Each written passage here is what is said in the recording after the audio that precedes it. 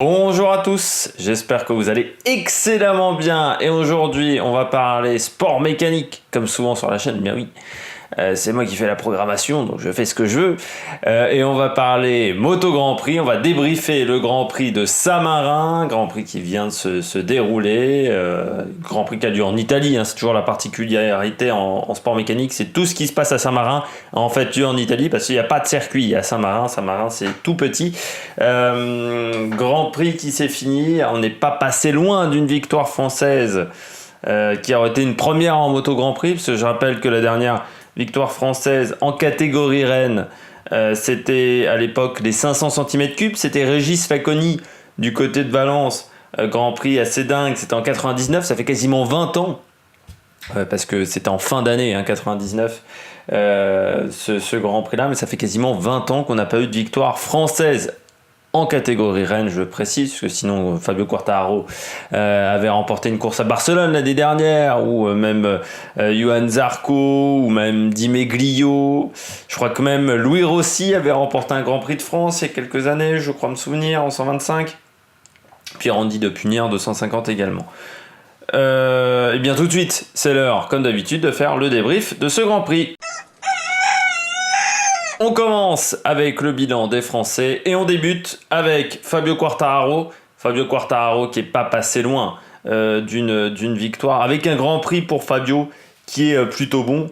Un week-end plutôt très intéressant, très bien en EL3, où je trouvais qu'il était très à l'aise avec sa moto. Il fait une fin de L3 vraiment fantastique, où la ligne est tout rapide. En qualification, c'était un peu plus difficile. Il l'a dit lui-même, il l'a concédé, un peu plus en difficulté en qualification.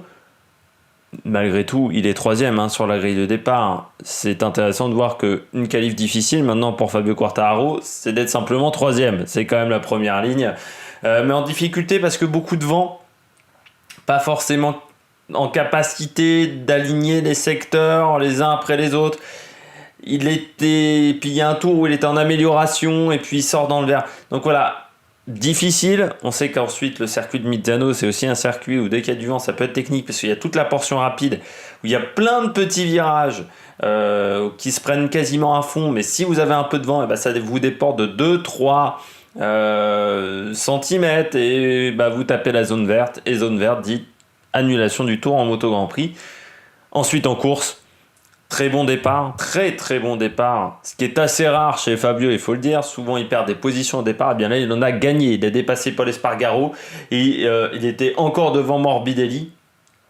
Donc voilà, très bon départ de la part de Fabio. Il dépasse ensuite Vignales, il mène le Grand Prix pendant une bonne vingtaine de tours. Dommage le dernier tour où Marquez dépasse. Marquez le surprend parce que je pense qu'il s'attendait plutôt à une attaque au niveau du virage 10 et puis il l'attaque au niveau du premier virage, mais ça faisait depuis 2-3 tours où il me semblait qu'il sortait très très bien Marquez à cet endroit-là du circuit, c'est-à-dire dans le dernier virage jusqu'au virage 1, qu'il était très proche et qu'il pouvait tenter quelque chose. C'est dommage parce que ça aurait permis cette victoire de Fabio Quartararo aux consultants et aux journalistes de Canal+, de faire des caisses et des caisses. Alors qu'en course, pourtant, c'est pas comme si on était vraiment animé. Quand on écoute leurs commentaires, c'est assez mauvais, il faut le dire. Pour la moto Grand Prix, autant la moto 2, la moto droit, je trouve que c'est pas mal. Autant la moto Grand Prix, c'est compliqué. Et mon avis même, c'est que, allez, je vais parler de Canal+, c'est que je trouve que la grille, par exemple, contrairement à ce que fait Canal sur la F1, où c'est très bien fait, je trouve, eh bien, ils ne mettent pas les mêmes moyens sur la moto. Et je trouve ça dommageable. Que la moto soit un peu reléguée au second plan. On verra ça encore la semaine prochaine, parce que la semaine prochaine, je rappelle, ça sera clash de calendrier avec la Formule 1. Je pense que voilà, ça sera encore compliqué, mais ouais, je trouve qu'il n'y a pas d'émission, par exemple, pour débriefer le Grand Prix. Puis je trouve que Marina Lorenzo, c'est pas top. Contrairement à Margot Lafitte, je trouve que Margot Lafitte c'est mieux manager les grilles de F1 que Marina Lorenzo. Petit aparté terminé. Donc Fabio Quartararo, très bon Grand Prix. En plus, bonne nouvelle, on a appris qu'il va avoir une moto A, comme on dit, une moto usine pour l'année prochaine. C'est ce qu'a dit Eric Mahé, son manager. Ça, c'est une bonne nouvelle.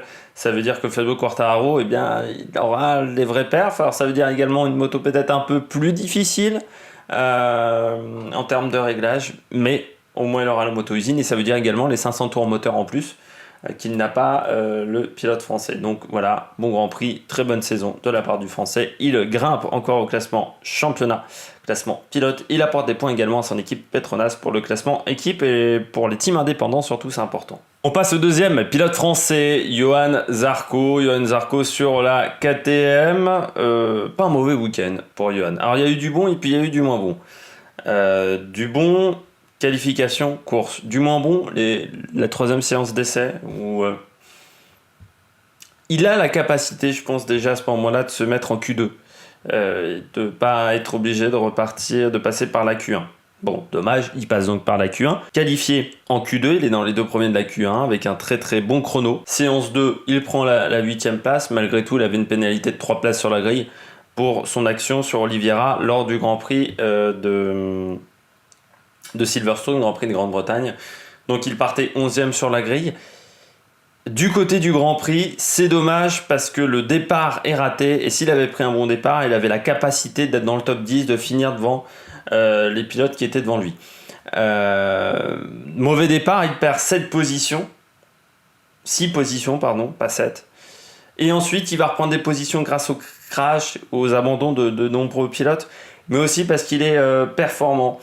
Johan Zarco, parce qu'il était dans les temps d'un pilote comme Johan Mir, qui finit 8e. C'est dommage.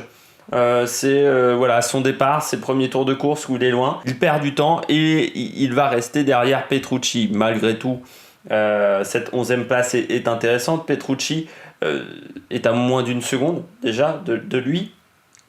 Il finit devant Alex Espargaro, devant Tito Rabat, devant Jorge Lorenzo également. Il finit pas si loin de Jack Miller, hein. Il n'est qu'à 5-6 secondes de Jack Miller, hein. Donc c'est aussi intéressant de voir qu'il peut être proche des Ducati. Puis il a montré qu'il avait fait une bonne course. C'est un week-end, on va pas dire parfait, loin de là. C'est un week-end où il sauve les meubles, voilà, où il fait une course. Il a sauvé son dimanche, et ça je crois que c'est important.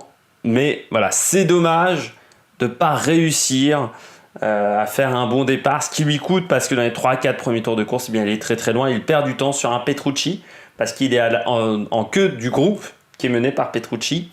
Et en fin de course, c'est peut-être la seconde qu'il a perdu au départ. Les 7-6 positions qu'il a perdues au départ, ça lui a peut-être pas permis d'aller dépasser Petrucci, puis ça lui a peut-être pas permis d'aller suivre Jack Miller et Johan Mir et d'être vraiment à côté de son équipier Pol Espargaro, parce qu'il y a quand même un écart de 12 secondes entre lui et Pol Espargaro. Et en qualification, l'écart était de 4 dixièmes, un peu moins de 4 dixièmes, non, un peu plus, 6 dixièmes, pardon, entre les deux. C'est dommage, mais voilà, il se monte quand même. Pour l'instant, rien n'est signé pour lui pour l'année prochaine. Il y a des discussions avec Yamaha. On sait qu'elles sont en cours pour un poste de pilote d'essai. Pour l'instant, rien n'est acté du côté de Johan Zarco. On va voir, parce qu'il se pourrait qu'il y ait quand même des places qui se libèrent. Encore, il faut attendre un petit peu, je pense, avant de signer quelque chose du côté de Johan Zarco. Voilà, attendre. Il y a peut-être une place en Moto Grand Prix qui peut se libérer. Après, il faut que ça soit une place quand même un minimum intéressante. On passe au pilote au top. Alors on va faire court sur le premier. C'est un habitué de ce classement. C'est un habitué des top et flop. C'est un habitué même des top pilotes. C'est Marc Marquez.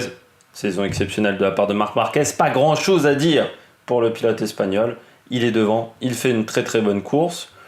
Malgré un week-end où il était un petit peu derrière Marc Marquez. Pas aussi dominateur que sur les dernières courses, où il s'était fait avoir le dimanche. Bien là, ça a été l'inverse. Il était derrière Fabio. En qualification, il a tenté un coup de changer 2 fois de pneus lors de ses qualifications. Ça n'a pas marché. Il part donc simplement 5e sur la grille de départ. C'est assez rare de le voir partir aussi loin, Marc Marquez, qui je rappelle a le record de pole position en catégorie Rennes. Il a été dans une situation inverse. Normalement c'est lui le chassé et là il a été dans la position du chasseur. Et il a très bien géré la position du chasseur parce qu'il nous a fait un peu une Valentino Rossi.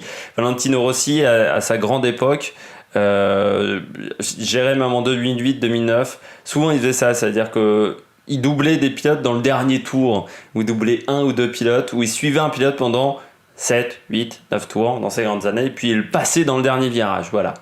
Et bien c'est ce qu'a fait Marc Marquez, où il dépasse Fabio Quartararo à l'entame du dernier tour. Manœuvre très intelligente, très judicieuse. On sentait qu'il l'a, enfin moi je trouve qu'il l'a préparé 2-3 tours en amont, où il sortait très très bien dans ce dernier virage, où il était vraiment collé à chaque fois à la roue arrière de Fabio. Donc voilà, très bon Grand Prix, il prend de l'avance au championnat du monde. De toute façon on sait qu'il est intouchable pour ce titre. Ça commence à être vraiment très compliqué d'aller chercher Marc Marquez. Bon Grand Prix, bonne course, et on attend de lui qu'il refasse ça lors des prochaines courses, mais voilà, normalement, Marc Marquez, c'est quand même un spécialiste pour gagner des Grands Prix, et puis cette saison, en plus, il est en adéquation totale avec sa moto, il est en osmose avec sa machine, et il arrive à faire des choses que tous les autres pilotes Honda n'arrivent pas à faire cette année, que ce soit Cal Crutchlow ou également Jorge Lorenzo. Deuxième pilote au top. Alors là, c'est une équipe, contrairement à d'habitude. Je le fais souvent en F1, ce genre de choses. Bien, décidé de l'appliquer également pour le Moto Grand Prix. C'est Yamaha. Yamaha qui a fait un bon week-end, que ça soit du côté de l'équipe usine, avec Vignales et Rossi, qui font 3 et 4. Lors de ce Grand Prix, qui en qualification était là également. Les deux pilotes étaient là en Q2 directement, ce qui n'est pas si habituel que ça du côté de cette équipe, avec la pole pour Maverick Vignales, toujours très performant dans l'exercice de la qualification, on le sait. C'est un pilote qui est souvent bon dans cet exercice. 7ème place pour Valentino Rossi, c'était pas souvent cette saison qu'il est rentré dans le top 10. Même dans le top 8 en qualification, devant Alex Rins, devant Johan Mir, juste derrière Andrea Dovizioso. Donc voilà, bonne qualification. Du côté du team Factory, du team Petronas, on a parlé de Fabio Quartararo, mais même Franco Morbidelli fait une bonne qualification, 4ème, une bonne course également, avec la 5ème place et un beau tir groupé de la part des Yamaha. 2, 3, 4, 5. Alors on savait que c'était un circuit qui allait favoriser Yamaha, parce que Misano, c'est un circuit où il y a beaucoup de virages, c'est un circuit où la plus longue ligne droite fait 500 mètres. Alors, vraie ligne droite, c'est-à-dire pas une pleine charge, une ligne droite, c'est-à-dire une zone sans virage. Sinon, il y a une pleine charge qui est un peu plus importante, mais entrecoupée de virages. On sait que c'est un circuit qui pouvait être très intéressant pour cette machine. Et bien, ça s'est bien passé pour la Yamaha. Bon Grand Prix. Dommage quand même, c'est Vignales qui met trop de temps à démarrer son Grand Prix. Il a 3-4 premiers tours vraiment où il n'a pas un très très bon rythme de course. Ensuite, il roule fort, mais il a déjà perdu beaucoup trop de temps. Il commence à vraiment être bien à la mi-course, et là il avait perdu beaucoup trop de temps et il ne reprenait pas assez de temps sur les deux pilotes de tête, donc il pouvait jouer que la 3ème place. Il s'est retrouvé un petit peu dans un no man's land, c'est-à-dire qu'il était pas assez rapide pour suivre Marquez et Quartararo dû à son début de course, mais il était trop rapide par rapport à Rossi, Morbidelli, Paul Espargaro et Dovizioso, Valentino Rossi et Dovizioso, qui ont mis beaucoup de temps à dépasser Paul Espargaro. Voilà, donc un Grand Prix où il n'y a pas grand-chose à dire pour Vignales. Rossi, c'est mieux à domicile, parce que je rappelle que le ranch de Valentino Rossi n'est qu'à 10 km du circuit de Misano. Bon Grand Prix pour Valentino qui fait une bonne course, ne tombe pas. Alors certes quand même à 12 secondes, un peu moins de 12 secondes, à 10 secondes de Maverick Vignales, son équipier. C'est beaucoup. Double Morbidelli en fin de course, vraiment. Il n'a jamais réussi à prendre l'avantage vraiment sur Morbidelli. Après Valentino Rossi, on ne sait toujours pas son avenir à Valentino. Alors, on pense qu'il va faire une saison en plus, mais pour l'instant, c'est pas signé, c'est pas acté, et on pourrait avoir des surprises de ce côté-là. Pour l'instant, il n'y a pas eu l'info comme quoi Rossi continuait l'année prochaine. On termine ces pilotes au top avec Paul Espargaro. Paul Espargaro, bonne qualification. bon week-end pour Paul Espargaro qui a fait des bonnes séances d'essai, bonne qualification. Il finit qu'à moins de 3 dixièmes de Maverick Viñales avec la KTM. C'est la meilleure qualification de l'histoire de KTM. En course, un peu plus difficile. On l'avait senti déjà au moment du warm-up qu'il avait peut-être un peu plus de difficultés. On sait que la KTM, en plus, c'est une moto qui a du mal à tenir les pneus. Course un peu plus difficile du côté de Paul Espargaro qui a perdu des places régulièrement. Il finit 7ème. C'est quand même des points importants pour l'équipe. Mais bon, il finit quand même un peu loin d'un pilote comme Rossi. Il finit quand même à 6 secondes. 8 secondes, pardon, même de Rossi, Paul Espargaro. Donc c'est un peu dommage de ce côté-là.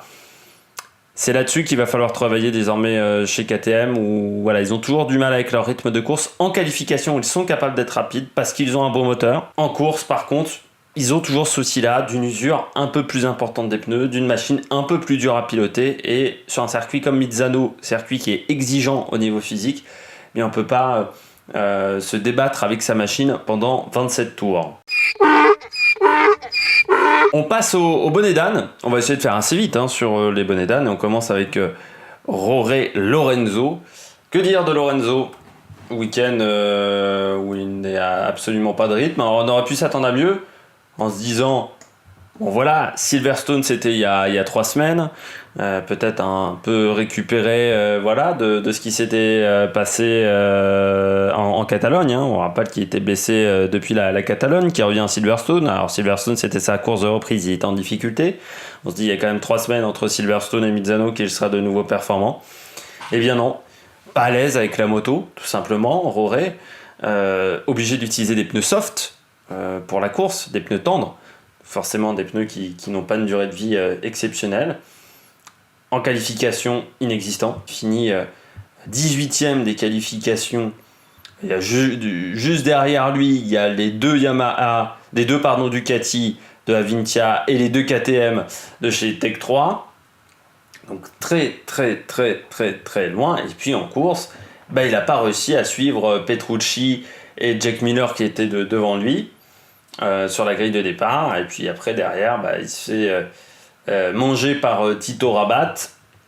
Il est pas loin de se faire manger un moment par Safrin, mais Safrin a un rythme de course un peu difficile en fin de Grand Prix. Et puis oui, non, pas dans le coup, pas du tout dans le coup. C'est dommage pour le pilote espagnol qui marque quand même des points, mais qui marque des points parce qu'il y a beaucoup d'abandons devant. Crash de Banaya, crash de Nakadami, Oliveira également qui tombe, Michele Piero également, Crutchlow. Mais au final, en performance pure, il n'était pas là. Et donc on espère que ça ira mieux à Aragon, mais Aragon c'est que dans une semaine. Ça me semble un peu difficile qu'il soit performant dimanche prochain, Jorge Lorenzo. Et on commence à avoir des doutes sur... normalement il a un contrat de 2 ans, on sait qu'il veut finir son contrat, Jorge Lorenzo. Mais s'il est vraiment autant en difficulté, est-ce qu'il ne va pas vouloir faire comme Johan Zarco, arrêter, casser son contrat à la fin de saison? C'est des questions qu'on peut se poser, parce que là il est vraiment très loin. Et sur ce Grand Prix là, comme à Silverstone, ça aurait peut-être été plus intéressant de mettre le pilote d'essai Stefan Bradl, vu que Lorenzo est quand même très loin et qu'il y a quand même un classement équipe également, et que Honda, à cause des performances de Lorenzo, se retrouve loin au niveau classement équipe de Ducati par exemple. En parlant de Ducati, on enchaîne avec Danilo Petrucci. Très mauvais week-end. Ça fait quand même depuis Brno, depuis la reprise à Brno, après les vacances d'été, qui se déroulent au mois de juin. Les motards sont des juilletistes, les pilotes de F1 sont des Haussiens. C'est un Grand Prix difficile pour Petrucci encore. Peu de bons résultats. Si on regarde depuis quelques manches, Petrucci, il marque très peu de points et surtout, il n'a plus été dans un top 5 depuis le Sachsenring. C'est bien ce que je disais. En difficulté pourtant sur des circuits qui conviennent à la Ducati, que ce soit Brno, que ce soit le circuit de Spielberg, que ce soit Silverstone. C'est quand même inquiétant pour Danilo Petrucci.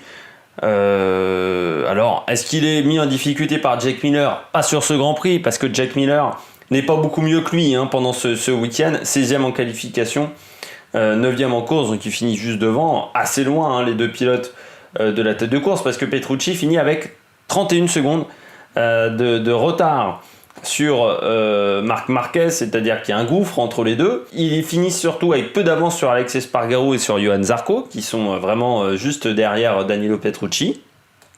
Pas de rythme, pas performant pendant tout le week-end, que ce soit lors des essais du vendredi, lors des essais de samedi. À aucun moment il a été en mesure d'aller chercher Dovizioso, qui pourtant n'était pas beaucoup mieux vendredi et dans le début de la journée de samedi, mais ça a été compliqué pendant tout le week-end pour Petrucci, dominé par son équipier. On attend mieux d'un deuxième pilote chez Ducati, très clairement, mais il a du mal avec la moto. Pourtant, il avait le carénage... Le vendredi, c'était le même carénage le samedi, alors que Dovizioso, il s'est retrouvé avec un carénage différent. Donc peut-être un peu plus difficile pour lui en essai, et pour s'adapter à sa moto.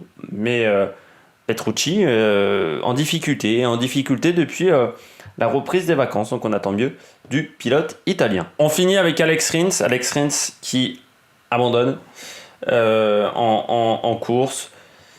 Alex Rins, on sait qu'il est rapide. Ça, c'est clair et net. On sait que c'est quelqu'un qui sera un des acteurs majeurs dans les années à venir en moto Grand Prix. Malgré tout, il va falloir qu'il travaille sur quelque chose. C'est quand il est en difficulté, me semble-t-il, il fait souvent des chutes. C'était le cas à Assen, où ils avaient un bon rythme de qualification, mais ils n'avaient pas un bon rythme de course, et il abandonne au bout de 2 tours, chute de l'avant, où il arrive Mach 12 dans le virage. Là, pareil, sur ce circuit-là, où il se retrouve 8-9e pendant tout le week-end, en qualif. Il était 8e à 1 seconde de Vignales. En course, pareil, il était derrière Paul Espargaro. Et il se crache. Déjà, il a de la chance, c'est de tomber et pour l'instant de ne pas se blesser, parce que c'est quand même un pilote qui, depuis le début de saison, tombe beaucoup. Mais voilà, ça fait quand même son 3e résultat blanc de la saison. À l'Espagnol, parce qu'il avait déjà, donc il y a Assen, il y a le Sachsenring également, maintenant il y a ce Grand Prix du côté de Saint-Marin. On sait que c'est un pilote rapide, malgré tout on attend de lui qu'il soit plus constant dans les résultats. Un champion du monde moto Grand Prix, forcément il abandonne très très peu, ça se joue sur la régularité, et pour l'instant Alex Rins n'est pas capable de le faire, c'est dommage, donc on attend mieux de lui. Et cette chute, elle me confirme dans l'idée qu'il va falloir qu'il travaille pour être un potentiel champion du monde. Contrairement à Quartararo, où on sent qu'il y a quelque chose, il y a une fiabilité déjà qui est en lui, il y a une vitesse. Alex Rins, il faut qu'il travaille vraiment sur des circuits où il est en difficulté. Même un pilote moto Grand Prix, quand il est en difficulté, regardez Marc Marquez sur ce week-end, il arrive à sortir un bon résultat et surtout être fiable. C'est ce qu'on attend d'Alex Rins, et pour l'instant, ce n'est pas toujours le cas. Eh bien, le classement pilote, il est mené par Marc Marquez, 275 points désormais pour Marc Marquez, 88 points, je crois, d'avance sur Andrea Dovizioso. C'est commence à être dur de calculer, non, ça doit être même plus que 88 points, ça doit être 93 points d'avance sur Andrea Dovizioso. Deuxième, donc là, le championnat... est-ce qu'il pourrait même pas être bouclé après Moto Roland? Peut-être pour Marc Marquez. Andrea Dovizioso donc, Danilo Petrucci 3e, qui repasse devant Alex Rins grâce à son abandon. Donc 4e Alex Rins, Maverick Vignales qui remonte à ces pilotes-là avec ce bon résultat. Valentino Rossi qui est désormais derrière Maverick Vignales. On sait qu'il y a une bagarre en interne entre les deux pilotes Yamaha à 5 points d'écart. Fabio Quartararo qui est juste derrière les deux pilotes Yamaha, qui est surtout désormais devant Jack Miller, premier pilote indépendant, Fabio Quartararo, Jack Miller ensuite, premier rookie également, Fabio, Carl Crutchlow, Franco Morbidelli, et on retrouve le deuxième rookie, c'est Johan Mir, 13e, qui prend quand même les points de la 8e place après 3 résultats blancs. Et puis, Johan Zarco, deuxième pilote français, 17e au championnat. Il est passé devant Miguel Oliveira et il est désormais à égalité de points avec Andrea Iannone. Du côté du classement équipe, c'est Ducati qui mène avec 333 points. L'écart avec Honda se réduit depuis deux Grands Prix. Ils avaient fait le plein de points à Spielberg en Autriche, mais depuis le Grand Prix de Silverstone, c'est difficile. Donc l'écart s'est réduit avec 25 points. Derrière, on retrouve Yamaha qui revient également au niveau des points. Ensuite, on retrouve Suzuki. Excellent week-end pour le team Petronas Sikh Racing Team avec 31 points pris. C'est l'équipe qui a pris le plus de points sur ce week-end. Et donc 192 points pour l'équipe qui est largement en tête désormais du classement indépendant avec 42 points d'avance sur le team de Lucio Cecchinello. On retrouve ensuite Pramac, mauvais week-end pour Pramac. Puis KTM qui prend des points, qui remonte un petit peu au classement, qui prend surtout de l'avance sur Aprilia. 10e Tech 3, 11e Avintia qui ferme toujours la marche. J'espère que vous avez aimé cette vidéo. N'hésitez pas à réagir dans les commentaires. N'hésitez pas à vous abonner à la chaîne, à mettre un pouce bleu. Et puis nous, on se retrouve donc le week-end prochain, mardi prochain, pour faire le débrief. Enfin, mardi ou mercredi, parce qu'il y aura la F1, il y aura un programme chargé pour faire le débrief. Bien du Grand Prix moto de Moto Roland sur le circuit d'Aragon. Allez, ciao ciao sur l'Amérique Production.